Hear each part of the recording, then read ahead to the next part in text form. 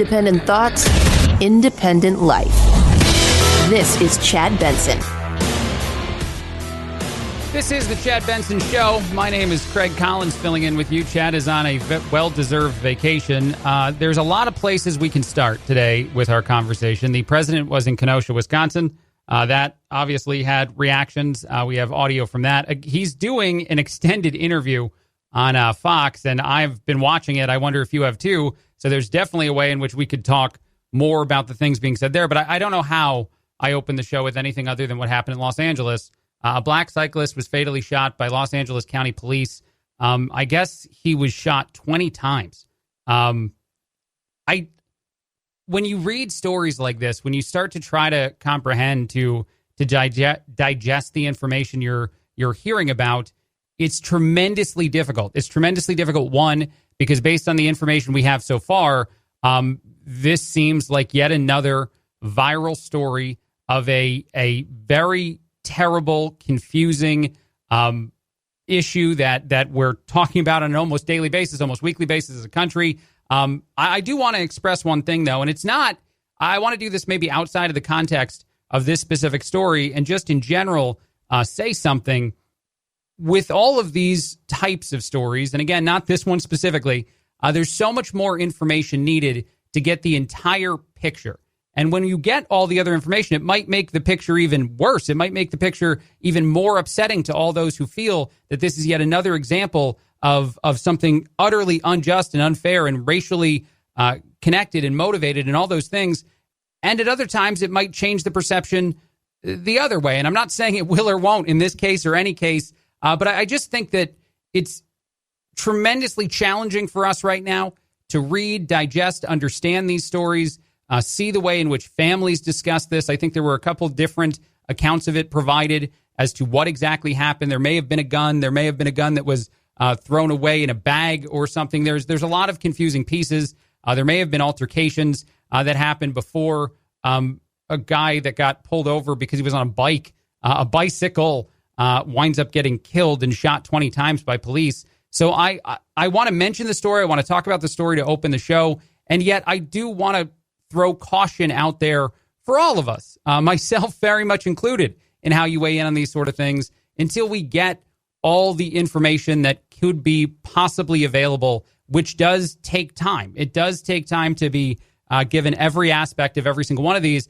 And maybe, as I said, it makes you feel even stronger in the need to be out there, to be peacefully protesting, to be raising awareness to something that should not be happening in our country and something that should be occurring never, to say the very least about it. And in order to do that correctly, in order to have these types of stories have the most meaning they possibly can, I think it is abundantly important for us to give time to all sides, to give time to all involved, to give time to the families of the victim, to everyone, and then hear from everyone and hear from those investigating this to understand all the logistics of it. And even when there is video, and video obviously can be helpful in interpreting something that might not necessarily be told to us truthfully, it is sometimes challenging to know when and where that video was started and why it was created the way it was created.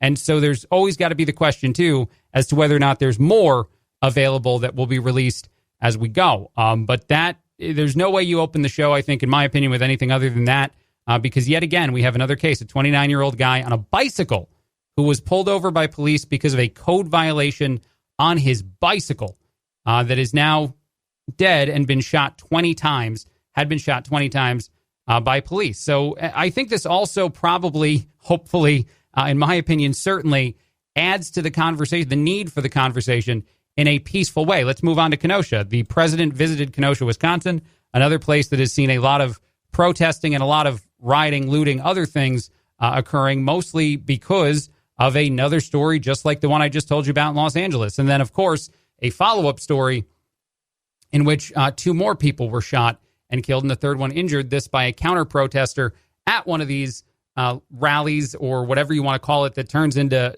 violence in a way, and a lot of that is being discussed. Well, the president goes to the location, even though that's controversial, which I still don't understand.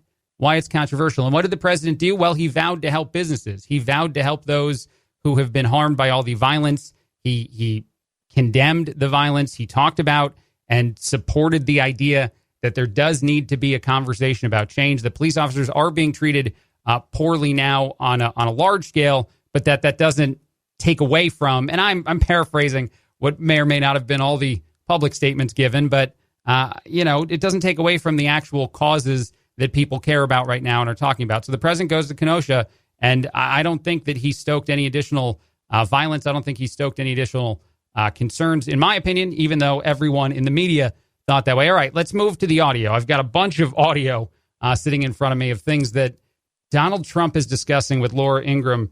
And some of them are interesting. Some of them, actually, let's start here. This is a weird place to start because it's not Laura Ingraham. This is something that went viral on Twitter, viral on social media over the last 24 hours or so. And it's old. This is the president talking about cans of soup. And the reason I want to start here is because I kind of want to help everyone, anyone, understand when someone says the president is being taken out of context unfairly. And is this audio silly? Yeah, it's kind of silly. But when you're taking him out of context unfairly, just to criticize him, just to say whatever, to say that he's unhealthy, that he's had a stroke, or maybe he's, mentally incapable, whatever it is, it's ridiculous. He's talking in this clip that's gone viral and is not recent about how protesters are using objects to hurt police, to throw at police. One of the objects of choice is a can of soup. And there's a couple of reasons for that. The first reason is it's not really something you take away from someone. If they're walking around with, say, a bag of cans of soup, they're just going to assume that, all right, that guy went shopping. He's going to bring his groceries home later. But this is just like the bricks or anything else. It's being used as a weapon, and it is causing harm. But as the president talks about it and mentions bags of soup, people got confused on social media. I want to play it for you first, and just be a human being when you hear it. Just hear what the intention is behind the words, even if they're not as eloquently delivered as we prefer that maybe some of our presidents or some of our leaders deliver things. It's still a thought, an idea that I think is expressed just fine, and for whatever reason is all over Twitter as a huge demonstration that the president has lost his mind. And then they have cans of soup, and they throw the cans of soup. That's better than a brick because you can't throw a brick. It's too heavy. But a can of soup, you can really put some power into that, right? Yes, sir. And then when they get caught, they say, no, this is soup for my family. They're so innocent. This is soup for my family. All right, that's the first half of the conversation. Okay, that was delivered fine. I can intellectually understand what you're trying to say, Mr. President, that you think that one of the items that's brought to these protests when they turn into something other than protests are cans of soup that are deniable as far as an intentional weapon and yet utilized as something to hurt a person. Let's continue because Twitter is going to love it. It's incredible. And you have people coming over with bags of soup, big bags of soup, and they lay it on the ground, and the anarchists take it and they start throwing it at our cops, at our police. So anyone that says that he meant just a bag of liquid, just a bag of food, and not a bag of cans of soup, just doesn't care about what he's trying to say. And if it hits you, that's worse than a brick because it's got force. This is viral right now. This is old and this is viral, and it's another example of how the president is crazy, according to those that hate the guy with every fiber of their being, which is, I think, half of social media at the very least. Here's something recently, though, that's also being criticized as crazy, and I think it's awesome. Personally, I think this is a great idea, and I would love it if we steer even harder into the world of sports when we do things like the debates that Joe Biden doesn't want to have any part of, and the president very much would like to debate the guy. But here's what he said to Laura Ingraham just the other day about an idea about drug testing before a debate. Come on, let's be honest. This is fun. Why did you ask for a drug test before the debate? What prompted that with you and Joe Biden? Because I watched Biden in the previous debates, and he was horrible. And I watched him in the Bernie debate, and he was normal. He wasn't Winston Churchill, but he was normal. It was sort of like an even deal. He got by it. And I said, that was a different guy than the guy that was in the debates where Kamala just took him apart. Now, Kamala's terrible. I'll go on a rant against Kamala in a second there. So he's saying that we need a drug test because Joe Biden may be enhanced. And come on, that is funny. That is humorous as an idea. Even if he believes it, I love the idea of them both getting drug tested, which apparently President Trump is also down for. So that's the person, but she was really mean to him. She said the worst things. But on Biden, why the drug test? What do you think he's on? I'll tell you, well, he's on some kind of an enhancement, in my opinion. Come on, let's steer hard into it. Let's do a whole sports thing. We haven't had as much sports as we would want this year. College football, to a degree, is getting canceled. There's some teams that'll play, some teams that won't. That also comes up in the interview. I'll play that later between President Trump and Laura Ingraham of Fox. But come on, let's do everything. Let's get them in a ring. Let's have an in-the-ring announcer say things. Some of them are copyrighted, so I won't say them here. Before they start their arguments against each other, maybe even get some sort of one swing at each other. This would be fun. Let's really dive into it. I think Biden has said before he wants to fight President Donald Trump. He'd like to throw down. So let's do it on TV. Let's get ratings through the roof and have these guys go after each other in every way they can in a sports arena after getting drug tested to make sure there's no kinds of, Adderall and or maybe, any other kind of medications that are being taken to enhance each other. This is great. I don't know why people get mad. I'm truthfully 100% honest in this, and you might think I'm being overly silly or just joking about it, but I'm not. If Joe Biden is taking something to be mentally sharper and Trump would want that stopped before a debate, that in and of itself is a funny concept. That is an enjoyable idea in 2020 for us to think about. Because let's be honest, even if Joe loads up on some sort of mental clarity pill, I don't think that he's beating Donald Trump in a debate. I don't think that's happening. And I think part of the reason that the president went after Kamala is he would much less like to debate her. She would perform much better since she cleaned the floor with Joe Biden a little while ago, something that Trump is very likely to do if Joe actually ever debates him, which I have no idea if that's going to happen. I really don't think it will. And by the way, there's a new poll out that says a lot of Americans will vote early this election, since a lot of people will vote by mail. And so it makes sense, as the president has said, to debate earlier than normal and debate ASAP so that voters have this information before they start getting ballots that they can send back in. You don't want to have the first presidential debate after some people have voted. But hey, maybe if you're on the other side, you do. This is Craig Collins filling in on the Chad Benson Show. A lot more Trump audio coming up.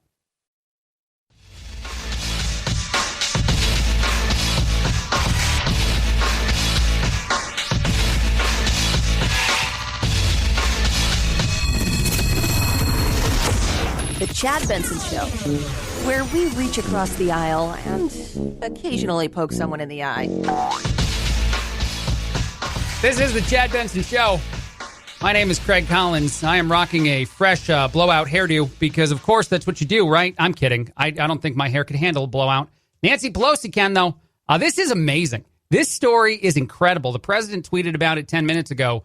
Crazy Nancy Pelosi is being decimated for having a beauty parlor opened when all others are closed and for not wearing a mask despite constantly lecturing everyone else. We will almost certainly take back the House and send Nancy packing. Here is Nancy Pelosi that evening on television, rocking her brand new fresh hairdo and talking about how people just don't understand there's problems and everyone's underestimating it. So we have a real problem here because they do not understand the gravity of the problem. They refuse to accept the science and what science is advising. They refuse. They refuse to accept the science. You would like to see everything shut down. You would like to see us take it very seriously, not have beauty parlors available, not have anything available until coronavirus is 100% cured by a vaccine that Dr. Anthony Fauci even is saying might be here as soon as Trump had said months ago, and everybody said that's crazy. But Nancy, maskless, shows up at a closed beauty salon, has it opened so she can get her fancy TV hairdo. What is going on in the world? I don't get it.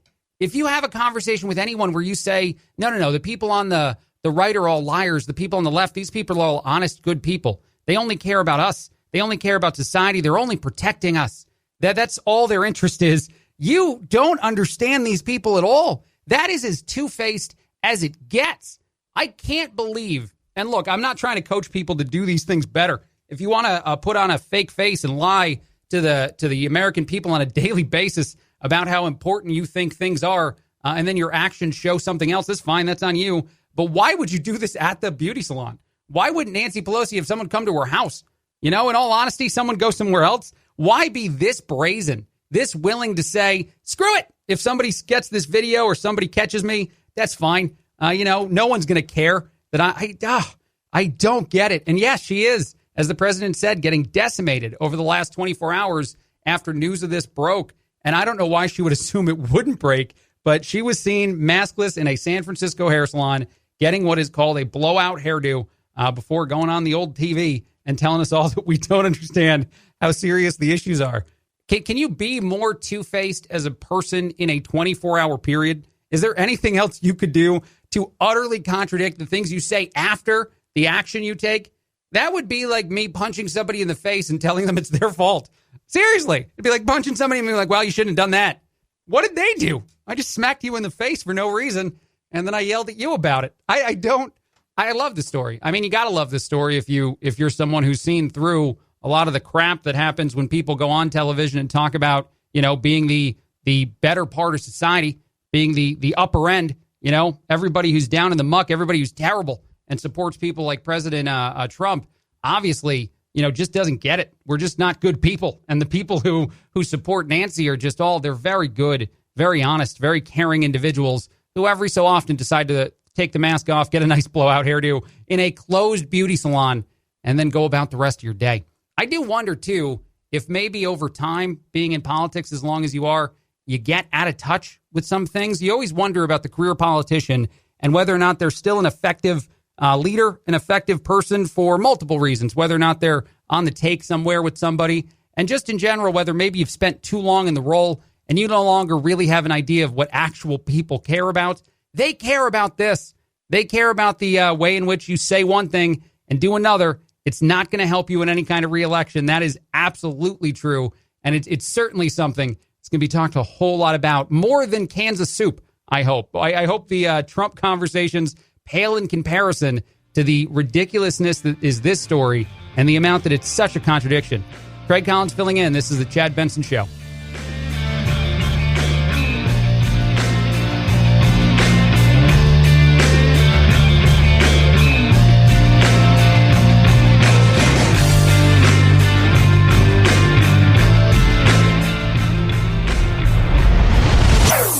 Chad Benson Show.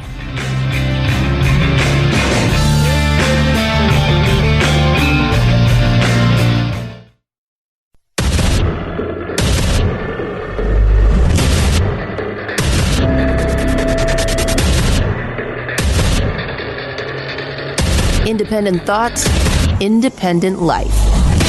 This is Chad Benson. This is the Chad Benson Show. Chad is out on vacation, much deserved. He will be back on Tuesday. I keep saying Monday, but that's a holiday, so Chad's not going to be back on Monday. He'll be back on Tuesday.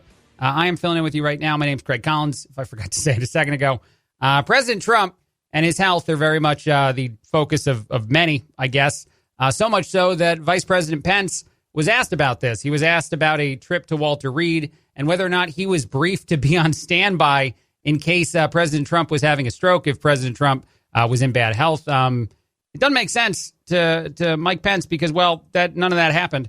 Here is his answer to that question from the other day. President Donald Trump is in excellent health.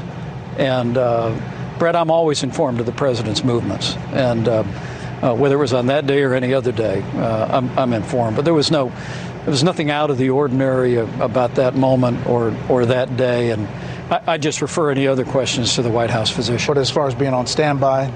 I don't recall being told to be on standby. Let me stop that for a second. What is the idea that you call the vice president? You're like, hey, man, your role all the time, and actually he's about to make this point, is to be ready to be the president if something bad happens. And then just to make the phone call on a specific day. Hey, just get ready. Just put it in your brain today. It doesn't make any sense. I don't know if we'd ever really do that. I don't think you'd ever call a vice president if the president is, at the beginning stages of getting something tested health-wise, and this, I guess, is just a doctor's appointment.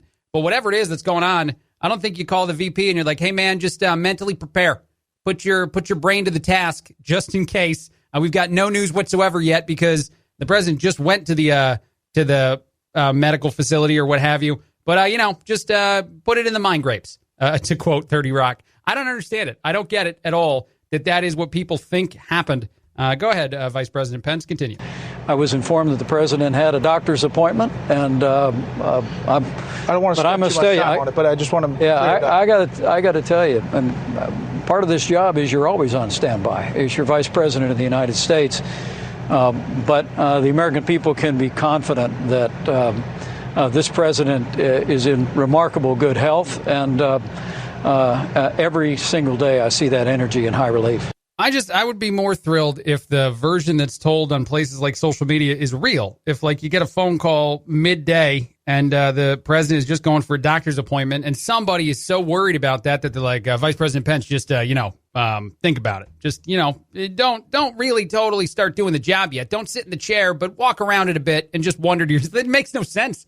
It's not real life, the way people think some of this stuff happens. All right, let's move on to the president's conversation with Laura Ingraham that people are still thinking. A lot of the things said, they're a little bit interesting. He talked about football a lot. People do like football, especially college football, but some of that's not going to be happening this year. He also very quickly mentioned how the impact of closing the economy can have as many devastating health and or potential side effects as not closing the economy and having people transmit COVID-19. That's being attacked. And I think he hits both in this one little segment. So here is part of the conversation from just the other evening, the longest interview maybe that's ever happened. When you keep it closed, I think you're losing more people than it's terrible what you're doing to people than when you open it. So I'm the football guy. I'm the one that wants to have football. I put it out all the time. I'm very upset with Big Ten. Big Ten, they should have opened it. But I'm the one that wants the football. Everybody knows it. They saw that, and they said Trump didn't. These people just, they have players lie. Suing now to play, and their parents are really upset. Michigan State, Penn State, Minnesota, well, look at Ohio State. They could have been the national champions this year, Ohio State. Absolutely, and I think that's really interesting. I think it's interesting the way his brain works at times to connect one story to another, thinking about the devastation economically and even health-wise of closing the economy, of going back into quarantine-type solutions to a problem that is very much in a different phase than when we first tried that as our solution, and then to connect it to how football may be damaged by its shutting down. That is where his brain jumped, by the way. If you don't understand how you went from COVID-19 to football, it's that simple. President Trump is talking about the devastation, the ways in which you can be harmed as a society, as an economy, as what have you, and including the health ways by COVID-19 and the quarantine that existed as a solution to it. And then he goes to how football may be harmed moving forward, and he'd like to see it happen. But that's also being made fun of. I can follow it. I don't know. Maybe when someone asks, and I see this all the time, how can you still support this president? How could someone, any human being, hear this and think that this president has any value whatsoever? He is a trash human. I hear that a lot, maybe in different versions, but you hear a sentiment like that a lot. And I think the easiest way to articulate to someone that you might still be able, and you don't have to say you are. There are things the president says that any human being is like, what now?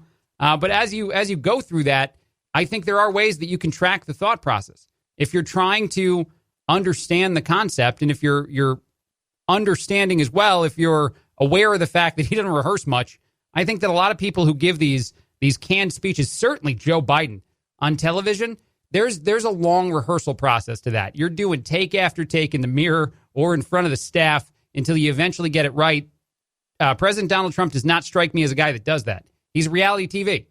Flip on the camera, we'll do some stuff, we'll see what happens. That's how he approaches every day. So when his points aren't as eloquently provided as others, they can be attacked more easily, but a lot of times attacked disingenuously by anyone that's pretending he said something that if you listen closely, he didn't say. Also talking about Attorney General Barr, he had some comments about how he might be one of the best ever that may or may not be understood by others. Here, let's play that. Bill Barr can go down as the greatest attorney general in the history of our country, or he can go down as just another guy. It depends. They have all the stuff. You don't need anything else. They want everything. You don't need anything else. They all lied to Congress.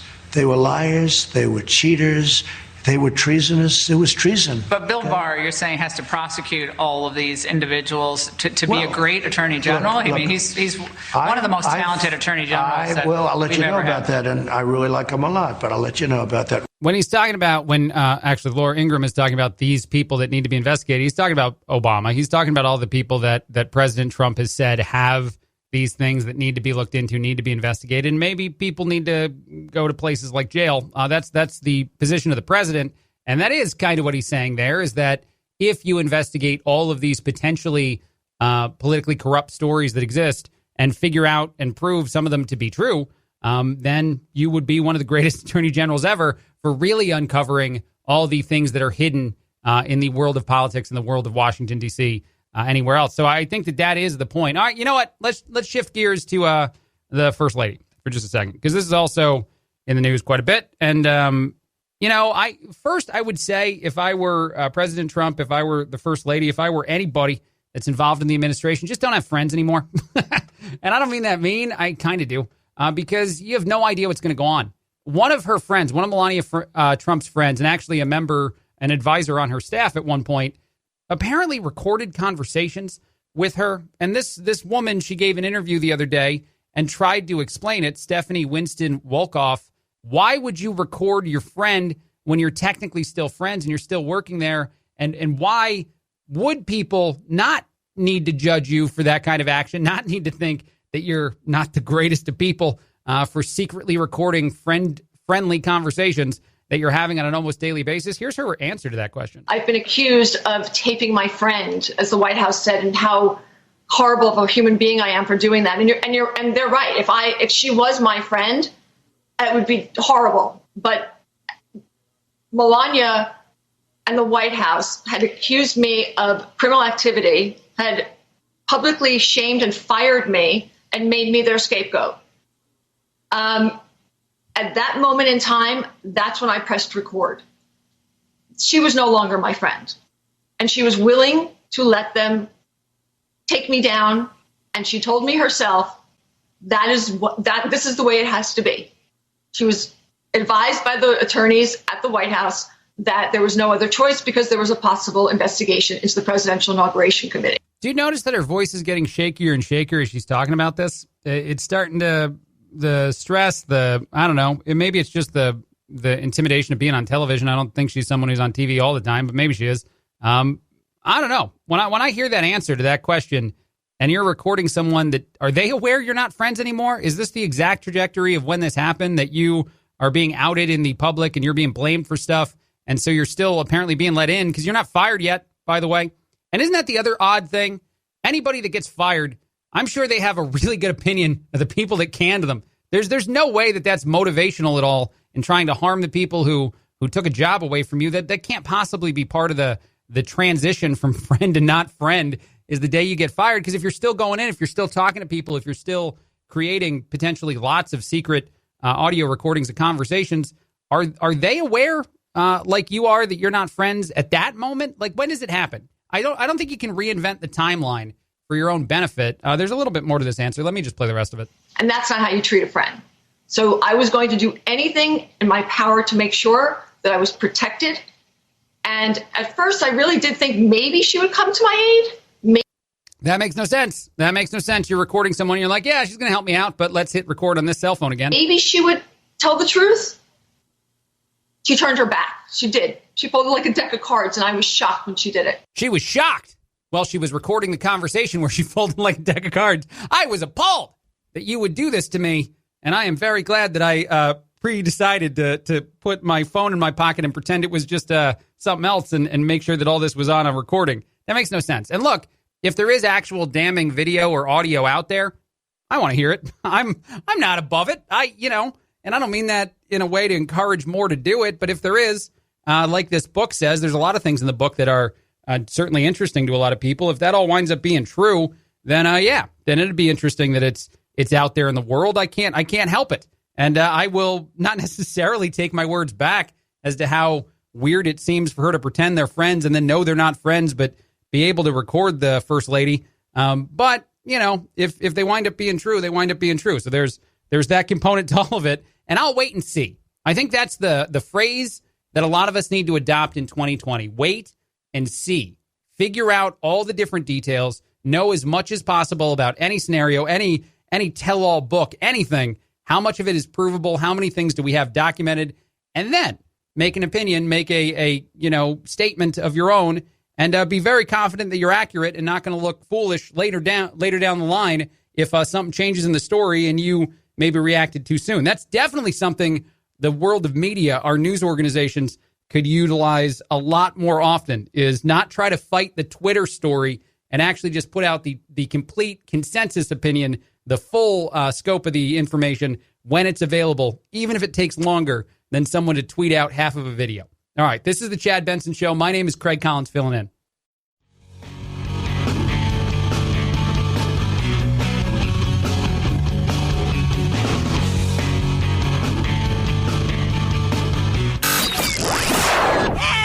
I can't take it anymore! Well, get over it. It's time to forge a new path with your very own political cartographer, Chad.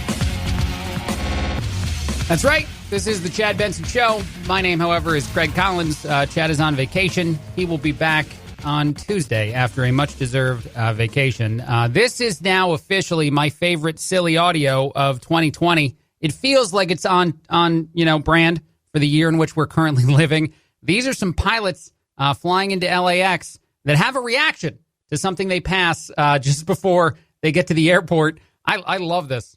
Tower, American 1997. We just passed a guy in a jetpack. American 1997, okay, thank you. Were they up to your left side or right side? Off the left side, maybe 300 yards or so, about our altitude. We just saw the guy pass by us jetpack. JetBlue 23, use caution.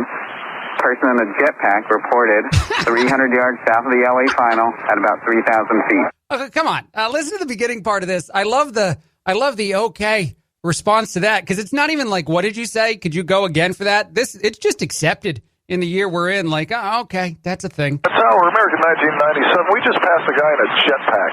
American 1997. Okay, thank you. Okay, thank you. There's a guy near a plane out there in the airport. He's flying around in a jetpack. That's fine. We'll keep going. Just don't hit the guy, maybe. Let's hope that he makes it okay. That's a real story. That's real audio and a real, more power to this guy, by the way. Like, to not only have the jetpack, utilize the jetpack, but you're supposed to, if you're going to be a superhero, you're supposed to keep the identity a secret. You're not supposed to just go flaunt it. And one of the places I guess you do that is the airport. But man, is this story awesome, and is this audio just some of my favorite of the year in which we... Actually, if you want to tell somebody what happened in 2020 years from now, you're like, well, the year was screwed up. There's a lot of health things going on. There was a lot of other things, serious things going on. And then, maybe this audio sums it up. A guy was flying around an airport in a jetpack, and nobody really took that as weird in 20. A little bit, but we didn't overreact. They're investigating, trying to figure out more about the story. It's fantastic. To me, this is the year in which we're currently living, and let's just keep going. Let's keep trying to figure it out. In other news, actually, and this is maybe as odd, as strange, the next mayor of Portland might wind up being someone who's openly part of Antifa. Yes, that's true. There is an Antifa supporter who is running in a runoff election because neither candidate, the incumbent or Sarah, the one trying to become the left-wing activist that would be the next mayor, neither one of them got enough votes. So on November 3rd, we'll figure out which person is in charge of Portland, a place that obviously, it's very easy to be in charge there. There's nothing going on there. Why not? Why not just put the Antifa in the power position, make them the mayor, or just, I don't know. Everybody needs to get on jetpacks and get out of here. That's what we need to. We need to figure out a way to get this guy to sell these on maybe the Amazon or somewhere. They can be delivered via drone now. That's now legal. The FDA has approved it. And then once we all get our jetpacks, we just leave. And we don't come back till things get normal. Are you in? I'm in on that. If we could all do that together, let's make it a thing. Let's, out of all the things actually you could react to on the Chad Benson Facebook page, the social media pages that I like to push people toward so he's very confused as to what the topics were when he comes back from his vacation, that's the best one. Just go ahead and tweet at us that you're in for the jetpack joyride, and he will have no idea what that means, but it'll be the year we all live together, guys, and we'll all be better for it. I got a lot of other stuff I want to talk about today, a lot going on in the news. There's just so much. out there. Some of it very seriously, of course. Some of it way less serious. Brian Kilmeade has weighed in on the hair salon controversy that Nancy Pelosi has put herself in. I think it's a really interesting take from Brian because maybe a lot of people will feel this way. Maybe a lot of store owners, a lot of business owners who see Nancy Pelosi say one thing on TV and do something different will feel a little bit more powerful about the idea that they could say reopen, that they could say start operating their business. So we'll get to that audio. We have a lot of other stuff going on. We will talk to a lawyer at the tail end of the show about a lot of the legal questions that might be arising in the last few days. Rich Lenkov will join us. He's from Legal Face Off, a premier podcast talking about all things legal, both silly and serious on an almost daily basis. And, of course, continue to review all the things that are the conversation between the President of the United States, President Trump, and Laura Ingraham. I don't know who's to blame for the craziness of that conversation or just the relaxedness is maybe a better word of it. But there are some interesting things. Although, again, I think that as you hear them, as we play through any of that audio, you have to take the grain of salt that, come on, man. I mean, let's be human about listening and understand that some of the connections being made, some of the comparisons, some of the conversation is just because it's so relaxed. As I said, Greg Collins filling in, Chad Benson Show.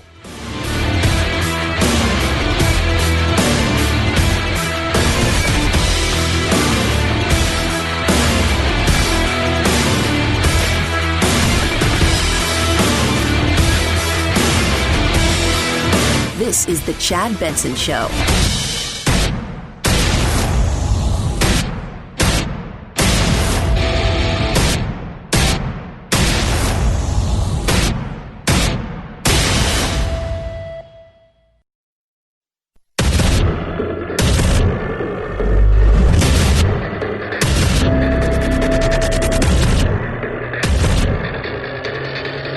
Independent thoughts, independent life.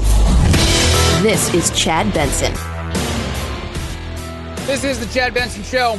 My name is Craig Collins. Thrilled to be filling in. Chad on vacation. He will be back next week. Much deserved. Excellent host of shows. I'm not as great, but hey, you're stuck with me right now. I wonder if Nancy Pelosi prefers E-Salon in San Francisco as her option of choice, or if she was stuck with that one because they were one of the only places that would open up for her, let her get a blowout hairdo, mask-free, and then go about her life, even though the things she says on television, including later that evening, are a bit of a contradiction from the old let's go get a blowout and have a nice day kind of thing. Brian Kilmeade has weighed in from Fox and Friends. I find this take very interesting because I think that it's accurate. If I were a salon owner now and I'm in the area and thinking about how it's unfair that I can't operate my business, while people who are advocating for me to not operate my business are going ahead and utilizing the business in very, fancy, secure, secret, closed kind of ways.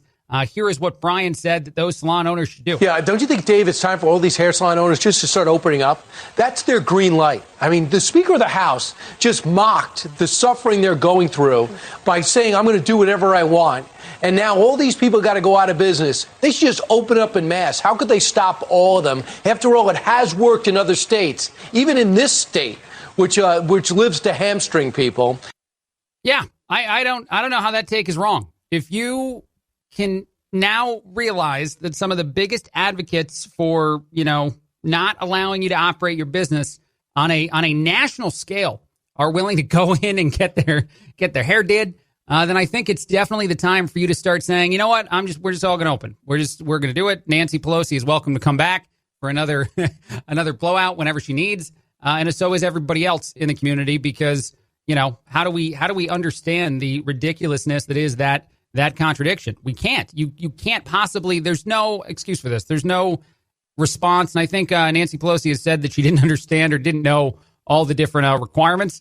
That's crazy. How could you not know that? How could you not be aware of what is and isn't closed, what is and isn't supposed to be worn inside of that can't even possibly be accurate. But that's the only defense so far, which I find tremendously interesting. In other news, the President of the United States chatted with Laura Ingraham, and he wants both him and Joe Biden to be drug tested.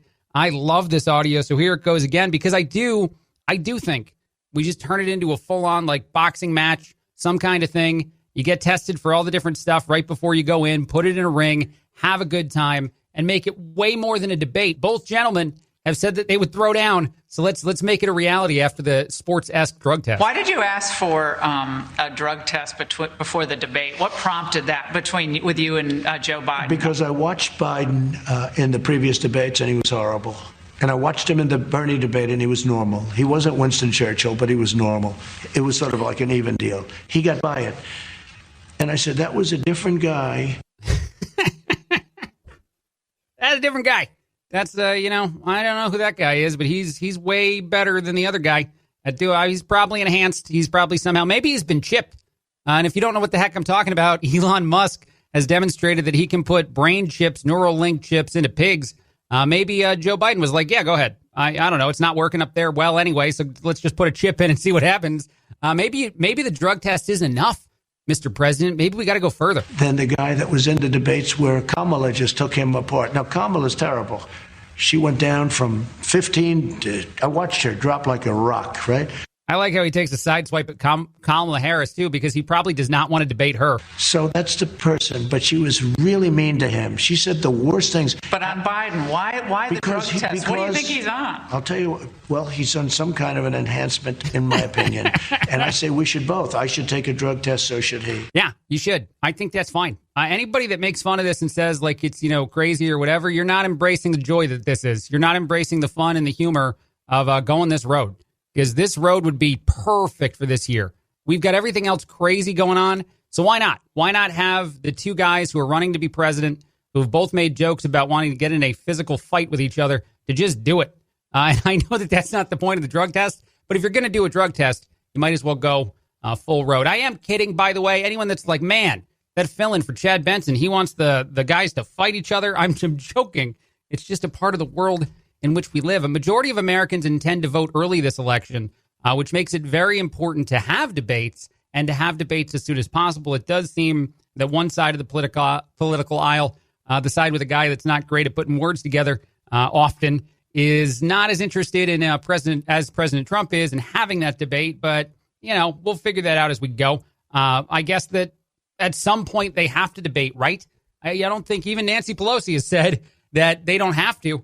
But now in the new light of the day, as far as what she's going to say and how she's going to act, maybe no one cares about those things. I saw this story. This is just totally shifting gears, pivoting completely. If you're under 55 years old, according to a new survey, you do not want to get phone calls. You would much rather be texted anything. 72% of people under 39 would rather you text them pretty much anything than call. And 61% of the people between 54 and 40 feel the exact same way. 61% say, do not call me, give me a text. 35% of people over the age of 55 would prefer a text, while 49 prefer a phone call. I still like a phone call. I don't know if that's because I do radio.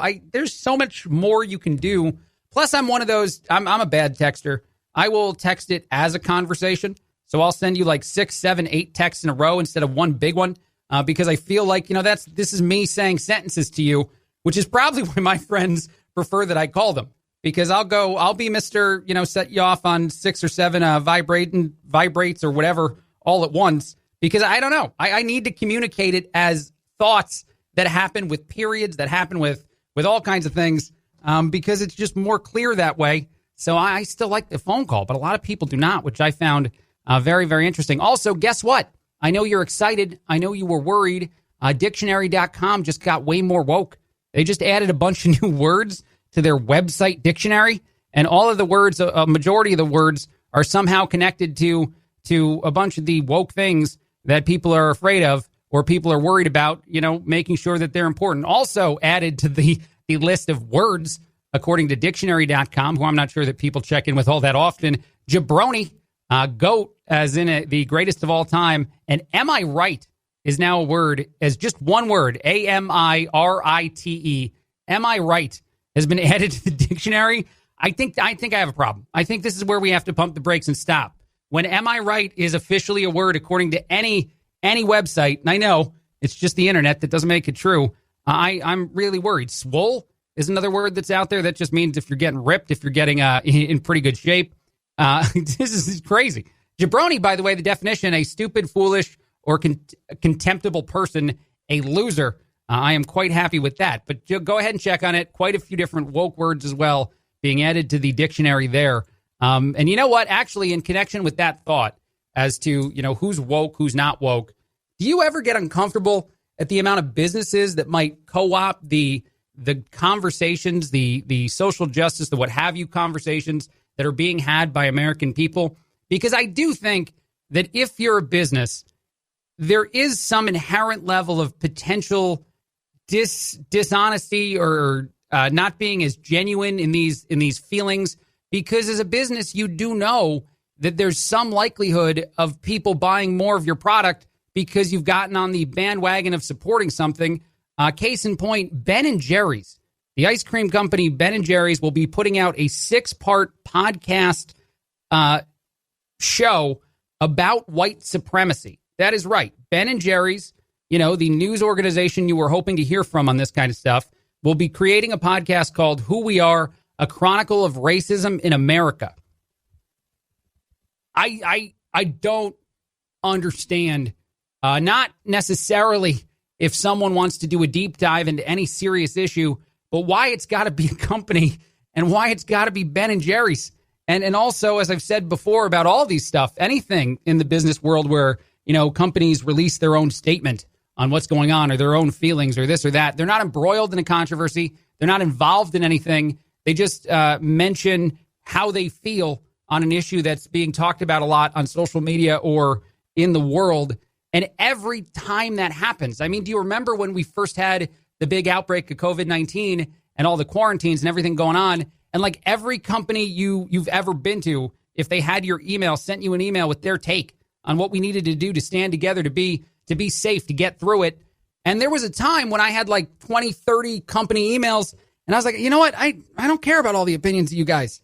It's not going to make me buy more pants at Old Navy or wherever it is I go in order to get these things. Like, you didn't encourage me to be more of a consumer, and I didn't struggle to sleep that night wondering, I really wonder if everybody that I shop at is on the same page on this. It didn't. That's me, though. Businesses, do what you will, be your own people. And Ben & Jerry's is going to be releasing a podcast. If it's really good, if this winds up being like a noteworthy podcast, it'll be forever odd to reference it in history. Like, oh, did you hear the Ben & Jerry's podcast? What? The one about all the issues of the day. That's a thing? Well, it is 2020. All right, I got to take a break. This is Craig Collins filling in. It is the Chad Benson Show.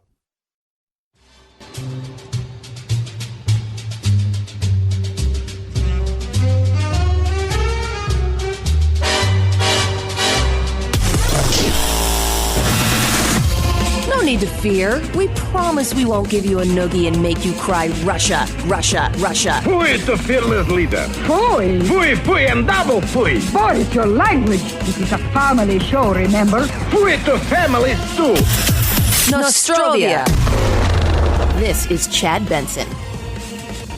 This is the Chad Benson Show. My name is Craig Collins filling in. Chad will be back next week on a much-deserved vacation. I saw this story about a guy in New Jersey who used to be the vice president of an ad agency. Now he's been laid off. He's actually been laid off since June. He's decided on a new career, one in which makes him absolutely no money, but it does make him feel good. He's just mowing people's lawns. He's just going out every day and deciding that, today what I want to do, not charging. He's not starting up the business that you and I had when we were kids. He's just doing it because he likes it. Here's a little bit of audio of an interview he gave, and a senior citizen, because he's choosing to mow the lawns of senior citizens specifically, because that's a very nice thing to do in a year like this year. And a senior citizen also reacts to the way in which the guy just walked up. He's like, I'm mowing your lawn. And he's like, okay, go ahead. You don't need any money for anything? No. There is a GoFundMe to pay for gas for this guy so he can keep doing it. But I thought it was interesting as far as enough bad things happen, either in your own personal life or just in the world. And you just got to find catharsis. You got to find your way to get over it. And apparently for this guy, it's mowing people's lawn. It just feels good. It feels right. I'm just, following my heart. My wife called up. She said, you're getting too old to do that. Can't afford to have come around every couple of weeks. It's been a really tough stretch the last few months for all of us. Can I pay you for the gas you used? Nope. Right now I have a link on the website. I want to mow your lawn.com for gas money donations. It's stressful and just wanted to put some good out there. I can't believe that I want to mow your lawn.com wasn't taken. That this guy got that website first. That is surprising to me. but I want to mowyourlawn.com. The guy's name is Brian Schwartz, and he feels good, especially the fact that he's helping a certain part of our community right now who is more fearful than anybody else, and rightfully so, of potentially still dealing with COVID-19 in a very scary way. So Brian Schwartz, former vice president of an ad agency, honestly, a guy that does obviously, to some extent, understand how to market things, doing a pretty good job of marketing himself as a good human being. I'm not saying that he's doing that on purpose, but if that's your calling, if that's what makes your heart feel good like him, it's awesome. That's an awesome story. I just like the fact that that's where he's at this year. Also, in real estate news, which often probably comes up on this show, apparently if you're in the market to shop, one of the things being most widely requested outside of the location stuff that everybody wants is also some level of isolation. Places that are not typically a boom for the real estate agency, places that are in the middle of nowhere, essentially, anywhere that has less than 8,000 residents, they're seeing a large increase in people from the outside looking into available homes in those areas. This is places like Whitefish, Montana, where a town of less than 8,000 residents, according to 2018 U.S. Census, has been just hit very hard by interest in the open homes that exist in that area. So apparently right now, if you are shopping for a place to live and probably working from home, as a lot of businesses are allowing you to do, then why not move to the great unknown? And I think I saw a think piece on this recently, and even Jerry Seinfeld might have weighed in on that about how big cities like New York City might see an exodus of people if you can actually work at those big companies in those big cities and not necessarily have to go to them. If this work from home thing becomes real, that could be a bad world for the big cities that we have in this country and how necessary it is for all of them, Chicago, L.A., New York, whoever, to have large populations. I honestly don't see that happening. I mean, maybe to an extent, maybe you go down a certain amount in people that are willing to move out and be part of other places. And would that be as bad? If L.A. traffic got a little bit better because there's a few less people there, I don't think that's the end of the world, because I just don't see people totally giving up on cities because you can move to places like Whitefish and enjoy life there. But maybe I'm wrong. We'll see. We'll see how that goes. I just can't imagine that happening. I also guess at some point I will touch on the First Lady's use of a private email server. This is something that's getting talked about a lot.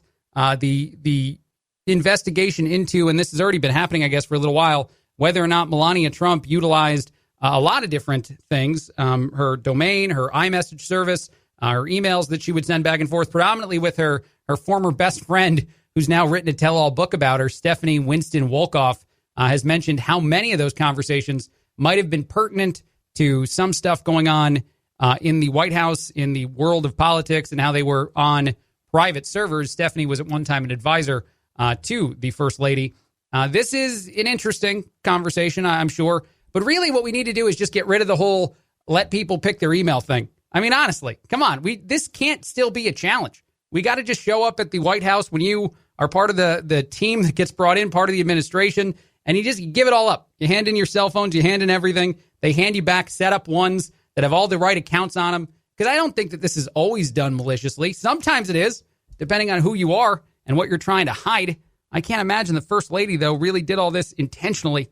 But that's just my opinion on it. And we'll see. We'll see what more comes from that. The book that tells everything, that the true story of my friend and me, Melania and Me, is actually the title of that book, The Rise and Fall of My Friendship with the First Lady.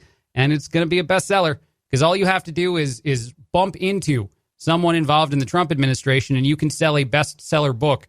I think I might go and just like try to high five somebody and then take that photo and write a tell-all about it because I'll be rich. But my tell-all will be very different than this one, Melania and Me.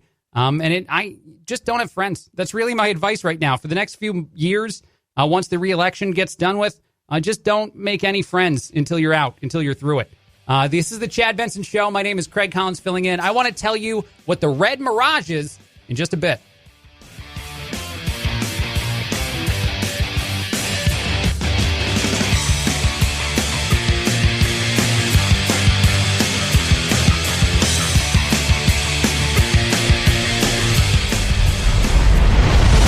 The Chad Benson Show.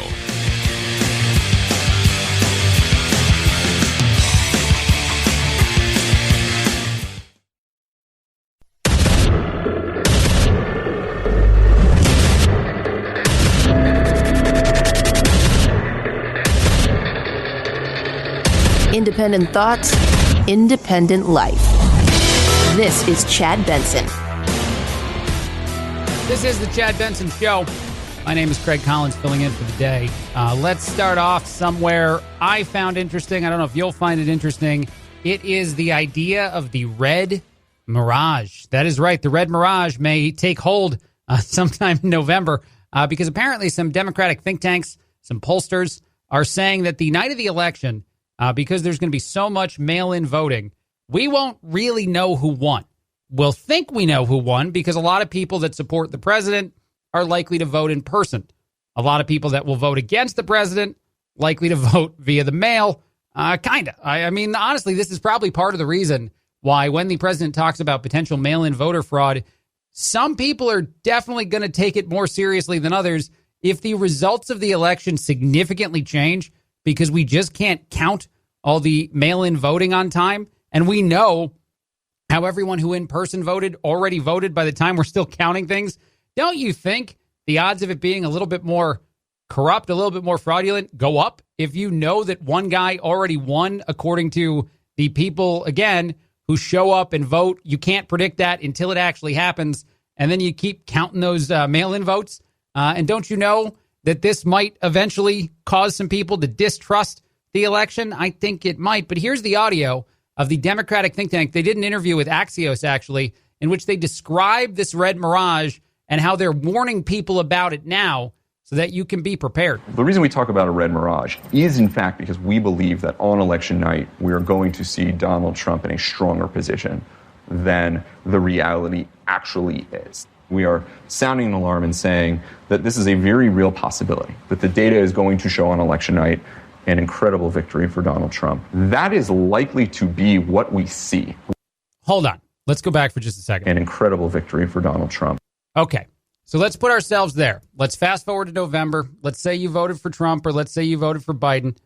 You watch the entire election. You go to sleep thinking, man, I can't believe the outcome is that outcome, that it's a landslide victory one way and not the other. And you know the rhetoric that's been talked about, whether or not people agree that it's accurate, whether or not people think that mail-in voting actually does enhance the risks of fraud, which a lot of people would say it doesn't. And some experts do still say it does, but they're in the minority for sure. If you go to bed thinking, all right, that guy won, the other guy lost, this is what I understand, and days after, you have to not just recount one state, recount everywhere, or I guess even count for the first time a lot of places, because you just have way too much mail-in voting to get through. That is an unprecedented situation. But let's hear the explanation. Let's hear the description continue. That is likely to be what we see when every legitimate vote is tallied and we get to that final day, which will be someday after Election Day. It will, in fact, show that what happened on Election night was exactly that, a mirage. It looked like Donald Trump was in the lead, and he fundamentally was not. I know the Democratic think tank is going to say that he fundamentally was not. The way that he held that F, by the way, I thought it was going to be something else. But that is, to me, just very interesting as far as what impact it will have on the level of trust the American people have in the election. I'm not saying this to try to sound like a conspiracy theorist myself and say that mail-in voting is fraudulent. I don't know. I've read some of the expert takes on it and the ways in which maybe there's an enhanced risk, but there's a lot of mail-in voting we've done for quite a long time in this country. We've done it effectively. So even though it's going to increase to a degree we've never seen before, there's a lot of confidence that we can get that done well. But you also know that things happen behind closed doors sometimes that confuse the crap out of you, especially when it's in the world of politics. So if we do live through this outcome that's being described by the Democratic think tank, the pollsters that dove into the data and figured this out for us, and of course, they're just doing it to protect us. They're telling us that this risk is already existing, and they've noticed it now, so that when it happens in the future, they predicted it. Everything's on the up and up. What does that do? What does that do to both sides? What does that do to the side that voted for Biden, that sees him come away with a victory? I mean, if you just want to compare it to the world of sports, which the president likes to do a lot, it's like one team winning a basketball game the evening it's played, and then both teams showing up a week later and doing the last 10 seconds, and the other team winning then. Not the night of, and not like a baseball game that gets rained out. This is a win as far as the description of how uneven the voting will go for those that are willing to show up in person and vote on election night in your polling places. And then later, much later, depending on how, I guess, effective we are at counting all the votes as they come in. And a lot of Americans do plan on voting early. And even so, there's a lot of risk, too. I think a lot of states have been warned that votes might not get counted. People's vote might be thrown out. And I am not telling you what to do. If you need to be safe for whatever reason, whether you're just in general afraid of the health risks that exist this year, or if you're in an at-risk group, vote by mail. I would vote by mail. The president's going to vote by mail, which, again, is also kind of an odd look for him. But he did. He applied for his ballot, so he can do it by mail. Maybe it's just to see what the system's like, or I think he's done it before, so I doubt that's actually the reason. But it's a very intriguing, very unique challenge, one of yet another group that we've had to face this year as a country, as a society, as all kinds of things. And I can't imagine the impact of it. But it's interesting that a think tank is already bringing us down that road, because it's gonna be the kind of thing that we all have to get a little bit more information on, I guess, to repeat something I've said earlier in the show, and try to find a way to really understand it, because it's gonna be tough. All right, something else I don't understand, and this is a pivot for me, the Krispy Kreme pumpkin spice donut collection. It is not one-off. It is not. I'm sure they've done the pumpkin spice donut before, and Krispy Kreme is a place that gets donuts right, so I'm sure they'll do it great. But now they're going to have a collection of different varieties, including the original, the OG, which actually is the original glazed version of the pumpkin spice donut. Then they're also going to have some twist varieties, the pumpkin spice cake donut, which I don't really understand, the pumpkin spice original filled cheesecake donut. Oh, man, they're trying to kill me with donuts and heart attacks. They'll have it filled with cheesecake as a topping and as icing. The pumpkin spice cinnamon roll donut also sounds to me intriguing in a lot of different ways, and a brand new offering for the 2020 featured pumpkin spice sugar blend cream cheese icing cinnamon schmear donut. Get the whole collection. It's starting very soon. You can grab them at Krispy Kreme. Why? Why do we love the pumpkin spice so much? I need someone to tell me that. I need it to understand why everything has to have a pumpkin spice in it right now. You know, like, do you not feel like it's fall if you didn't pumpkin spice an item? And when do we stop? I mean, and do we have more collections come out? Is there more companies that are going to be like, well, that's nice, we'll do a whole variety of products. We'll have pumpkin spice in everything. And I guess I blame Starbucks. It's their fault for making this a thing in the first place. But now it's gotten so far out of hand. Look, I'm going to clap back. This is my clap back of the day. It has nothing to do with anything serious. This is mine for all of society to get better. We need to get rid of the pumpkin spicing of everything. Around this time of year, we just need to take a break, like a 1-year break. In 2020, let's take a 1-year break from pumpkin spicing every item. The minute that I go to a grocery store and they spray pumpkin spice something on the receipt is the minute that I throw a tantrum. I'm not going to do it about masks, but I am going to be on a viral video at a Walmart if someone tries to give me a pumpkin spiced receipt. That'll be the last day you hear from Craig Collins, because then it's going to go rogue for quite a bit. I don't get it, though. I don't. And it's fine. If you like it, it's great. I guess I'm not really that serious. This sounds very serious, but I do mean this as a joke. But I still don't understand it. If someone tries to give me a pumpkin spice item, I resist. Let me say it that way. All right, this is the Chad Benson Show. My name is Craig Collins, filling in, warning you about the Red Mirage early, just so you're prepared. A lot more coming up in just a bit.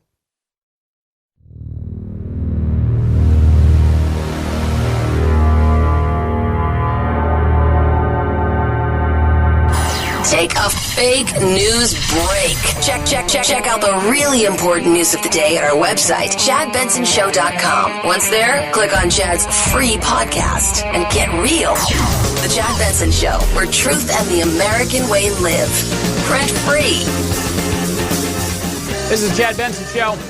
My name is Craig Collins, filling in. Chad on vacation. He'll be back next week. Everything's political. Everything, anything. You got to make a political statement. If you're putting up your Halloween decorations, you live in Kansas, you can't do that without also saying some stuff. It's just not a thing. By the way, this guy decorating for Halloween now is a tad early. That's, it's the beginning of September, guy. But I guess maybe you get a head start on it, because we're not going to get to celebrate it. Kansas resident Keith Torres decorated his home for Halloween early this year to help remind his neighbors to wear a mask and prevent the apocalypse. Don't end up like this, signs on his property say. Wear your mask. He is a retired biologist who is high risk for the coronavirus himself. So obviously his own personal concern makes sense. One death is too many. He told Fox 4 when they checked in on him, we want to do everything we can to make sure that we are all safe for the holidays when they come around so that we can enjoy them. Nothing says, enjoy the holiday, celebrate it, maybe eat some candy, kids, like strong and multiple time worded signs along with skeletons and a bunch of Halloween, I use an air quote, decorations, strongly encouraging people to not take their health for granted and not risk anything unnecessarily. This to me, look, I don't disagree with the statement. I think we should all wear masks. I think it's smart to protect ourselves. The president has weighed in on that in recent times and said that he also thinks that. So anyone that still says, it's a political holdout of any, they're wrong. Everybody agrees on this point. But to go like full board via the Halloween decorations and make them all like skeletons and dead people seems insensitive at the very least to me. And then have all the strongly worded masks, wear a mask now, another sign says, so we can all enjoy happy holidays this winter. And again, he's put up the Halloween decorations, he's calling them. This is not just him putting up, what he thinks is a dark, maybe reminder to do the things that he wants us to do, because he is a biologist, 1 and 2, an at-risk individual. No, he's just celebrating a holiday and also putting a lot of signs around his decorations just to help out the community. I don't get this at all. But thank you for that. Thank you for jumping in and being a part of the conversation and decorating 2 months early, by the way. Let me first do a callback. This is something we talked about a little bit earlier in the show. This is real audio that exists because the year is the year it is, and crazy things happen on a daily basis. A guy was flying around in a jetpack at LAX, just around LAX, and some pilots spotted him. First the callback, and then another story that's also a crazy airline thing. Tower, American 1997. We just passed a guy in a jetpack. American 1997, okay, thank you. Were they up to your left side or right side? Off the left side, maybe 300 yards or so. That is crazy. That is crazy that there's a guy flying around in a jetpack near LAX, and the pilots are like, hey, we just passed a guy. And the other person's like, yeah, okay, that's a thing. Now let's get to this story. This also happened recently. A woman was on a flight internationally. This happened in another country. It's not in the U.S., and she got hot. She felt really hot, and the plane had already landed, but they were unboarding slowly because it's a plane. That's how it works. And she was sitting in one of the emergency exit seats. You know where this is going. The woman decided that she just needed some air. And so picture yourself on this airplane, by the way. You've landed. You're waiting to get off the plane. You're waiting to even maybe stand up and get your stuff out of the overhead compartment because it's a plane, and that's how they work. And a woman is complaining behind you and then pops open the emergency exit and climbs out onto the wing of the plane and just stands. There's photos. There's video of this. She just walks out onto the wing of a plane and just kind of like catches her breath, just taking a second, trying to be ready for the day, and then climbs back in the plane. I don't even know if you can reconnect the whole emergency exit easily, and then onboards the plane. And this all just happened. It's just a thing that those people on the plane specifically, but we all get to witness via the video. And her excuse was just she needed some air. I would love to have been on this. She's been banned, by the way, from that airline and probably any other one in the history of time because that's not a real smart thing to do. But at the same time, I guess if she was truly in jeopardy, which I don't think she was, that maybe it makes sense to let her do a thing like that. But just popping open an emergency exit, this can't be a first time for her, by the way. It might be the first time it's gone viral, but she's certainly the kind of person that's done whatever version of this she could have in her life before. In my opinion, the aircraft had landed and almost all the passengers were already off of it, according to the airline. She walked almost all the way to the tail of the emergency exit row, opened the door, and went out.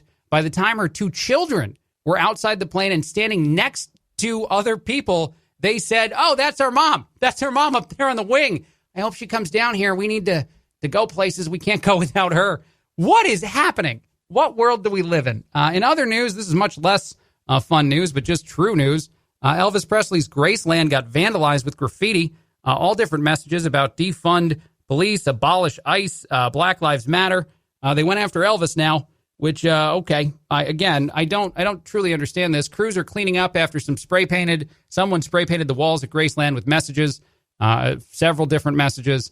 Other messages include, I can't breathe, arrest Breonna Taylor's murderers, defund MPD. just a bunch of different things spray painted on Graceland. Repairs and estimates for the cost of this damage is $150,000. The executive director of one of the different companies, I guess, that spoke with the Memphis police on this, said that between 7 p.m. and 7 a.m., the property itself was defaced. No justice, no peace was put there. I don't understand. I don't understand doing $150,000 of damage to get your message across, but I guess at least nothing was stolen. I guess that's the silver lining that I have to hope for in this year. But that's true news. Also in the news, and let's just shift back to other more fun things, at least fun in my opinion. McDonald's has responded to the viral video of a grandmother saying that she has a burger that hasn't decomposed in 20 years, assuring us that their food products do not last forever and you should not eat them if you've been storing them for 20 years and they look the same.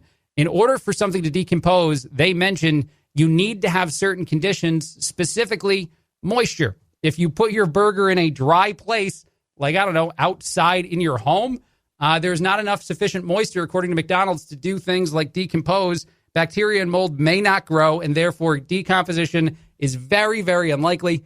This is all a message to the media from McDonald's. If your food is or becomes dry enough, it is unlikely to grow mold and bacteria.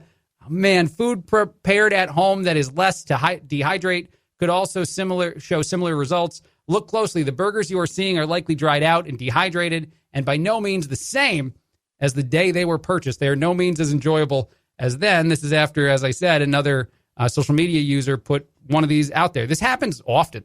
You know, I think we all got to try to do this too. We got to all take a jetpack joyride, is something I said a little bit earlier today, and now we all got to just decompose a McDonald's burger and report the results. See, again, I just want to play pranks on our social media pages because that's who I am, not in a mean way. If you do have a burger at McDonald's and you want to take photos of it, throw it up. Chad Benson Show on Facebook, Twitter, everywhere. Let us see how it's looking a few days after you purchase it. Because, I don't know, does it make you any less likely to eat the sandwich, to buy the products from them if they never go the way that every other food item goes? Yeah, that's a question to answer today, and certainly a question that I guess I'll be answering, and then I won't. The next time I drive through a McDonald's and I'm a little bit hungry, I'm going to buy it. There's nothing stops you. That's fine. The burgers are good. They're delicious. Also in the news, actually, is pineapple on pizza, which is sacrilegious. I don't even have to weigh in on the story from Papa John's and how they're going to team up to make better pineapple pizzas. That is wrong. You should not put pineapple on a pizza. I don't know how many times to say it. I need a bumper sticker with it. That is not the same product as any other kind of delicious pizza products that you can buy. It's not a good move. This is a huge debate on Twitter right now. Papa John's very excited about their new partnership to get really tasty, delicious pineapple tidbits on their super Hawaiian pizza. It is bad. That is not a good look. Also with Canadian bacon, hickory smoked bacon, all kinds of stuff. Do not buy this. End pineapple pizza 2020. That's my campaign message. Craig Collins filling in. Chad Benson Show.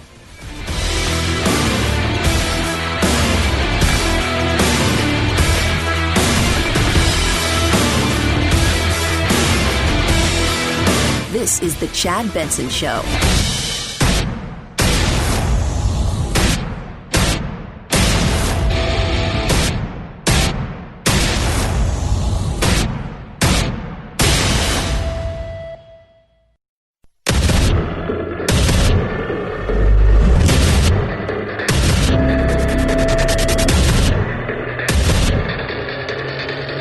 Independent thoughts, independent life. This is Chad Benson. This is the Chad Benson Show.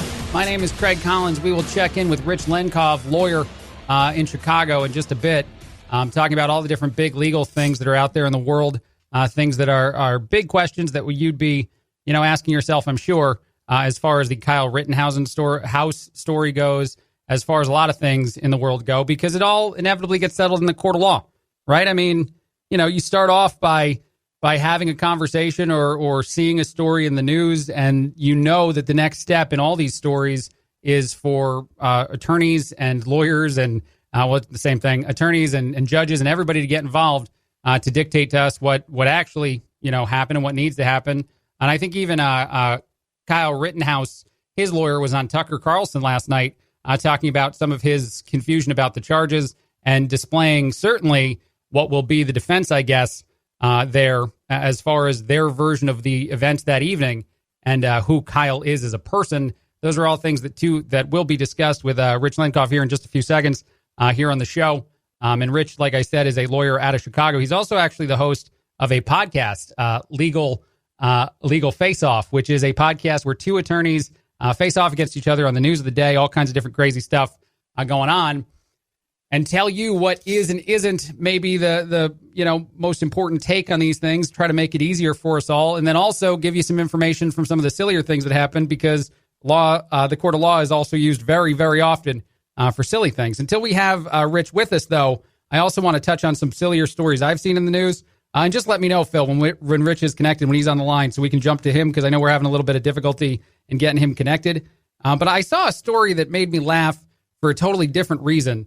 A lottery drawing came up with the number 2222, and that caused 1,400 people to win a lottery. This is in South Carolina. 1,400 people just picked 22222 every single time that they do an election, every single time that they do a drawing for the lottery. And eventually it finally happened. These are the lucky twos, I guess. The lottery said a total of $3.5 million in prizes was to be awarded, but it would be split between that many winners from a drawing. It amounts to about $2,500 or $5,000, depending on the price you paid per ticket, which is just terrible. But anyway, let's bring in our lawyer, friend of the show, friend of my show, Rich Lenkov. Welcome to the program, bud. Thanks, Craig. Always a pleasure to be with you. Now, thrilled to have you on. So let's get to it right away. One of the first big conversations, and this is connected to what the law may say about militia in general, but there's a lot of debate as to the shooting in Kenosha. Kyle Rittenhouse is certainly going to be a name that we'll talk about quite a bit more. Give us more information about the law in general and maybe some of the potential defenses that will be used in this court case. Well, Craig, all 50 states, as you probably could imagine, have laws dealing with the constitutionality and whether militia groups are lawful. And across the board, the answer is they are not.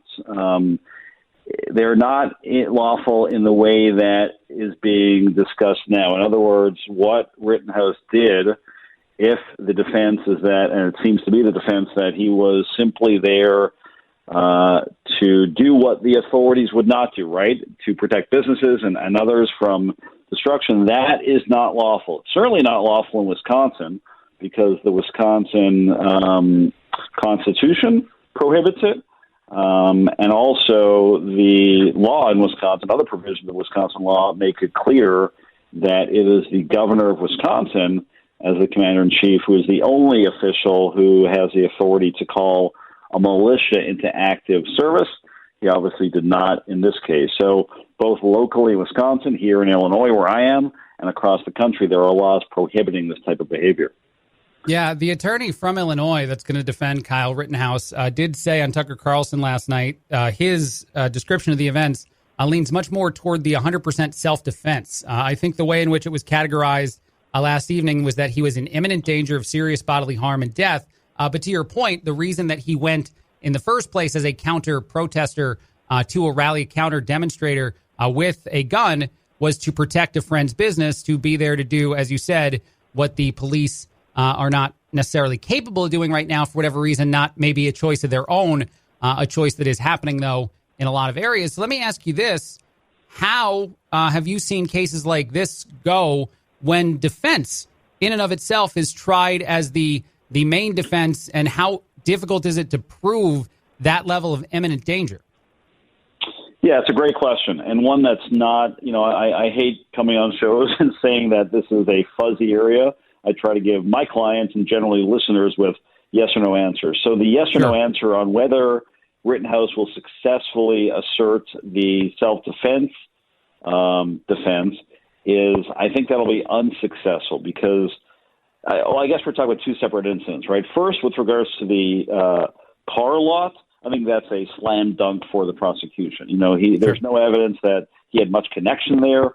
He wasn't protecting his own property. It certainly wasn't his home. Most self-defense laws, castle doctrine, stand your ground, whatever you call it, extends at most to your home, right? And the idea behind defending your home is your castle. It may contain relatives, family members, so you have a limited right to defend your home when as you mentioned, you have a reasonable fear that there are persons in there or yourself who are in fear of harm. So that doesn't sound like it happened in the first instance, the first shooting. With regards to the second shooting, where we all saw him on the ground and it looked like he was being kicked or imminently going to be attacked, and then he shot, that's a more difficult case for the prosecution and probably an easier self-defense case, right? Because there is some evidence there that he could assert that he was in danger of bodily harm and that he had the right to use deadly force to counter that. It'll all come down, Craig, obviously, as to whether he could convince 12 people that what he was doing was reasonable. The counter to that is that, listen, I don't know that many, it depends on your perspective, but obviously there will be a segment of the jury that will look at him as the aggressor for having been there in the first place with a long gun when he had no authority to be there. But he obviously will have an easier time asserting self-defense with the incident on the ground versus the park versus the car lot.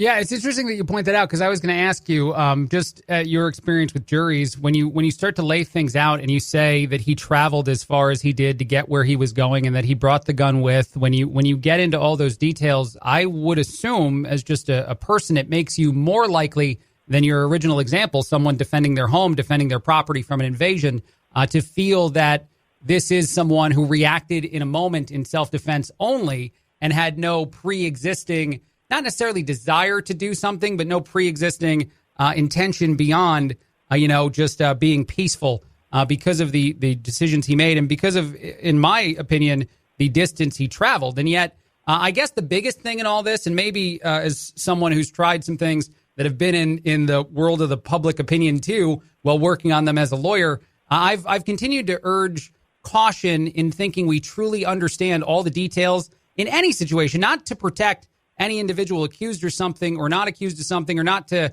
try to take a political opinion.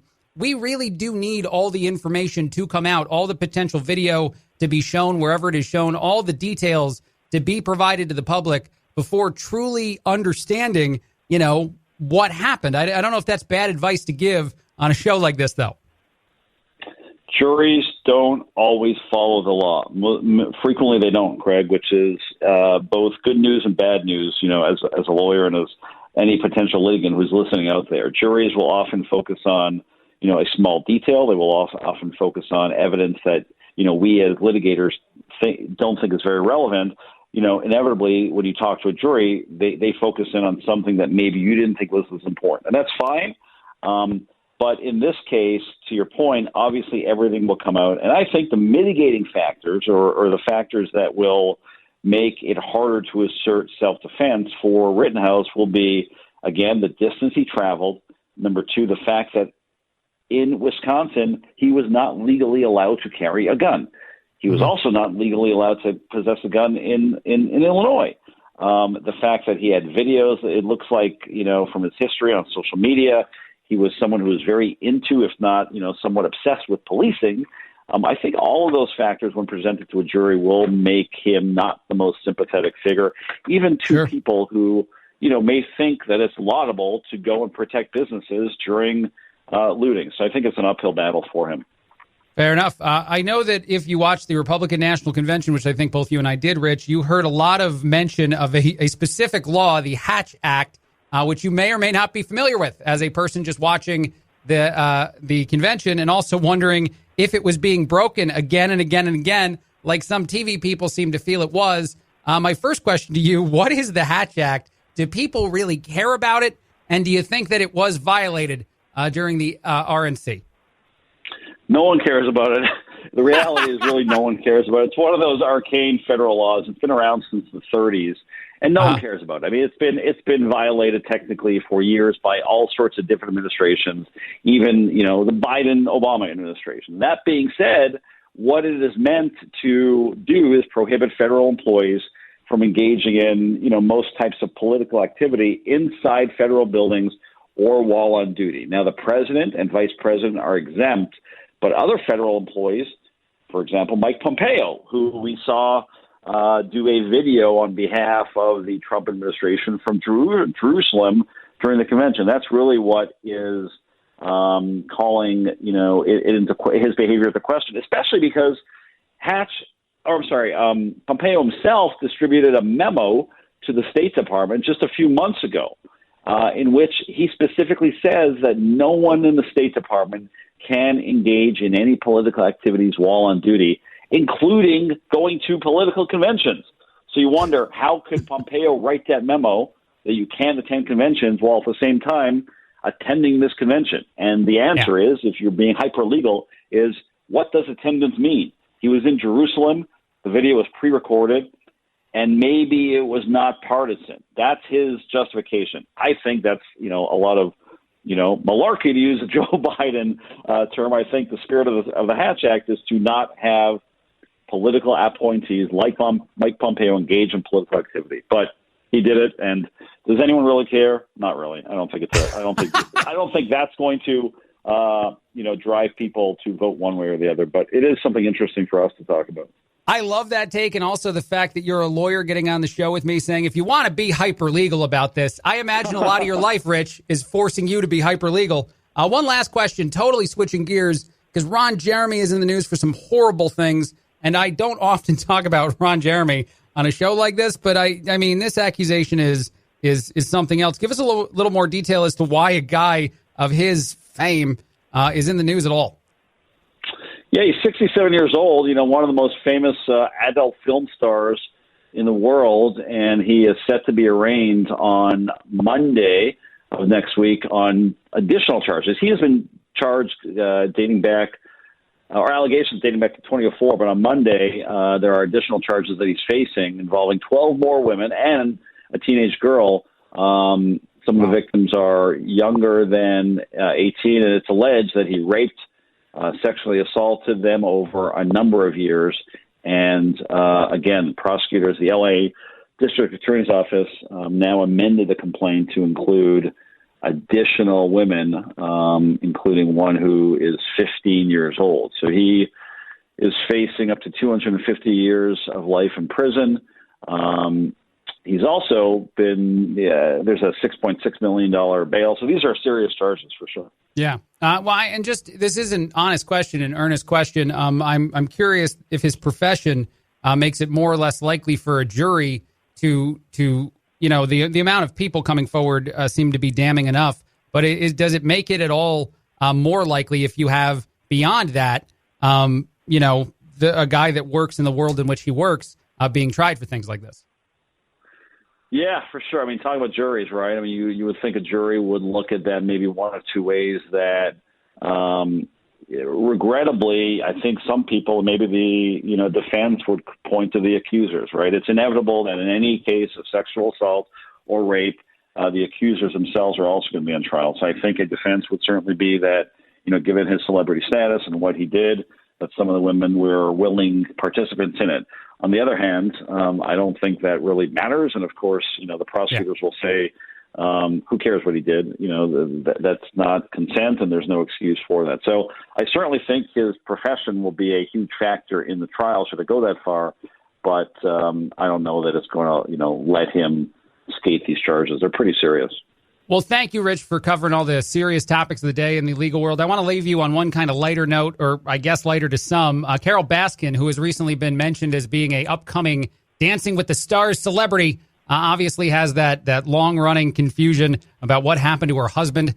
Do you think that you could ever break that story? Could you ever figure it out legally what happened in a case that's as old as it is with Carol Baskin and her missing husband? Because I think even lawyers for the late individual there have offered a reward if people can have information that breaks this case open. Finally, do you see that ever happening as a legal expert? I mean, listen, we've seen, especially over the last few years with the rise of, true crime documentaries like Making a Murderer, we see evidence uncovered years later after the hot spotlight of social media and pop culture has shined on it. So it certainly can't hurt, right? I mean, more people looking and more people investigating certainly can't hurt. I would imagine the Tiger King from his jail cell would be thrilled the day he turns on Dancing with the Stars and watch her get arrested. But thank you, as always, Rich Lenkov, for joining the show. You are a host of a premier podcast all about legal stories, both serious and silly. Legal Face Off from the WGN Radio Podcast Network. And you also hang out with us quite a bit to chat about all things legal. So thanks again for joining the show, man. Thank you, Craig. Appreciate it. All right, this is the Chad Benson Show. Craig Collins filling in. Quick break, a lot more in a bit.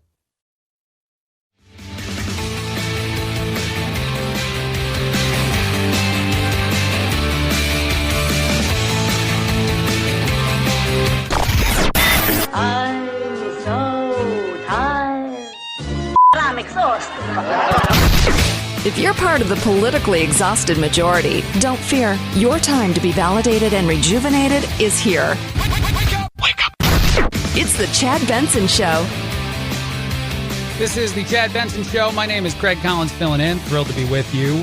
Real quick, I saw a story about two girls that are studying at a Taco Bell because they don't have any Wi-Fi in their house. This was a touching moment, kind of a sad moment, that was seen by a lot of people on social media. And now, apparently, after a GoFundMe campaign was put up in their names, they've raised over $100,000 in donations to try to make things a little bit better for them. $115K has been raised for these kids to, one, maybe get some better access to equipment and things necessary to do school remotely, and two, maybe just to go to college on other people's dimes. Awesome story, feel-good story of the day, according to me. Craig Collins filling in. Chad Benson Show.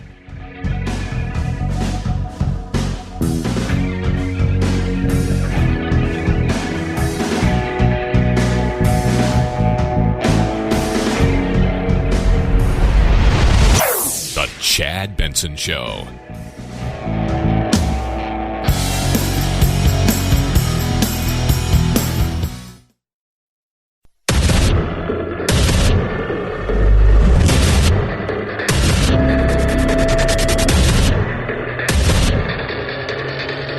Independent thoughts, independent life. This is Chad Benson. This is the Chad Benson Show. My name is Craig Collins filling in. I would not want to be an opposition group, to say the very least, in Russia that opposes Vladimir Putin. Because things get scary. Things get scary fast. It all feels like a Bond movie all of a sudden. Alexei Navalny, who's being treated in Germany for illness, I guess, to say the least. I guess they've now come out and said, Angela Merkel and others have said that this is actually a chemical nerve agent that somehow got in the system of the main Russian political opposition leader of a Vladimir Putin. That's Alexei Navalny. That is a sentence. I said that sentence. I said those sentences all together, and my only reaction is, holy crap, I am glad I live in the country I live in, just in general. I mean, that is something else, that this information, he's in a medically induced coma right now, fighting for his life. He fell ill on August 20th, and the substance used to poison him is a chemical similar to a nerve agent that is used to target former Russian spies as far back as just 2018. That is the world in other places. So anytime that anybody you're talking to anywhere, because honestly, I've said this too about like people who awkwardly defended things about China because the president of the United States targeted them as far as the way in which he pointed out, or even the words he used to point out that COVID-19 started there. And even the things he used to refer to COVID-19. And then some people would start defending how China's not that bad. And they sort of just blanket statemented it. Well, no, there's a lot of things they did, like force people in their homes and make them take medicine without really explaining what it was to try to keep their infections from getting too crazy. And then you got places like Russia, where if you oppose Vladimir Putin, you may accidentally, I'm sure, air quotes, heavily intended, somehow wind up with a chemical nerve agent inside your system and being treated for or trying to have your life saved in another country. That's the world in which we live. In other news, in very different, very, very different news, there is a man that wants to set a Guinness World Record for going to see Tenet the most times, or just any movie the most times. And it's funny to me because this guy is like obviously overly confident in the fact that, movie theaters are just fine for him. He doesn't care. He needs to see this movie in theaters 120 times. In order to break any sort of Guinness record. He's a big fan of Christopher Nolan, the guy who wrote and directed the movie. Tenet, as I've read in reviews, is confusing, but maybe good, which is honestly the way you walk out of a lot of Nolan movies. You're like, I think that was good. I probably have to see that again. But yeah, he's overly confident the way like we all have a friend is. This one guy who it doesn't matter what the danger he's willing to risk is. He'll just go out there and do it. You got, the pool and then the very high ceiling of maybe a home or something, a roof, and the one dude who's jumping off first. That feels to me like this guy who's a film enthusiast because, I don't know that I'm necessarily scared to go to a movie theater once, but 120 times in a very short time span, that might be a little bit pushing it. His name, by the way, Craig, the same name I have. So every so often I get sad when one of our Craigs goes rogue, and he has definitely gone rogue. He's not in the club right now. I also saw this story just to keep things a little lighter, at least lighter to me, because I'm entertained by this. Security cameras at a convenience store in California have spotted bears consistently coming in and grabbing merchandise, including candy, crackers. One bear laid on the floor at the Chevron gas station in Kings Beach, just kind of hanging out and snacking on some crackers. This is what an employee told the local news there, said that the bears have repeatedly visited the store in recent weeks, and video seems to back that up. This is funny, but also I would imagine very scary. It was kind of scary, he said, not going to lie. It's not in the job description at all to fight a bear.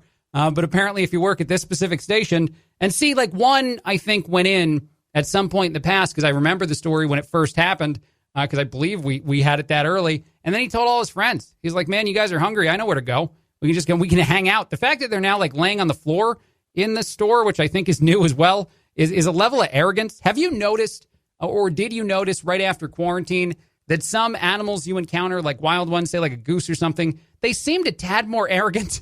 I do mean that seriously. I noticed it when I first started going back outside with everybody, when that became okay. Depending on where you live, it might not even be okay. The animals, they got used to the fact that we were all indoors. They started to be like, oh, we get everything back now. And I think that these bears are sort of demonstrating that we let this go a little too long unchecked. And it's one of the things not highlighted by the risks of quarantining and locking down, is that animals will get confident. And I'm kidding, but I'm also not, because come on, you got a group of bears going into a convenience store just kind of chowing and having a good time and not really caring what the consequences are.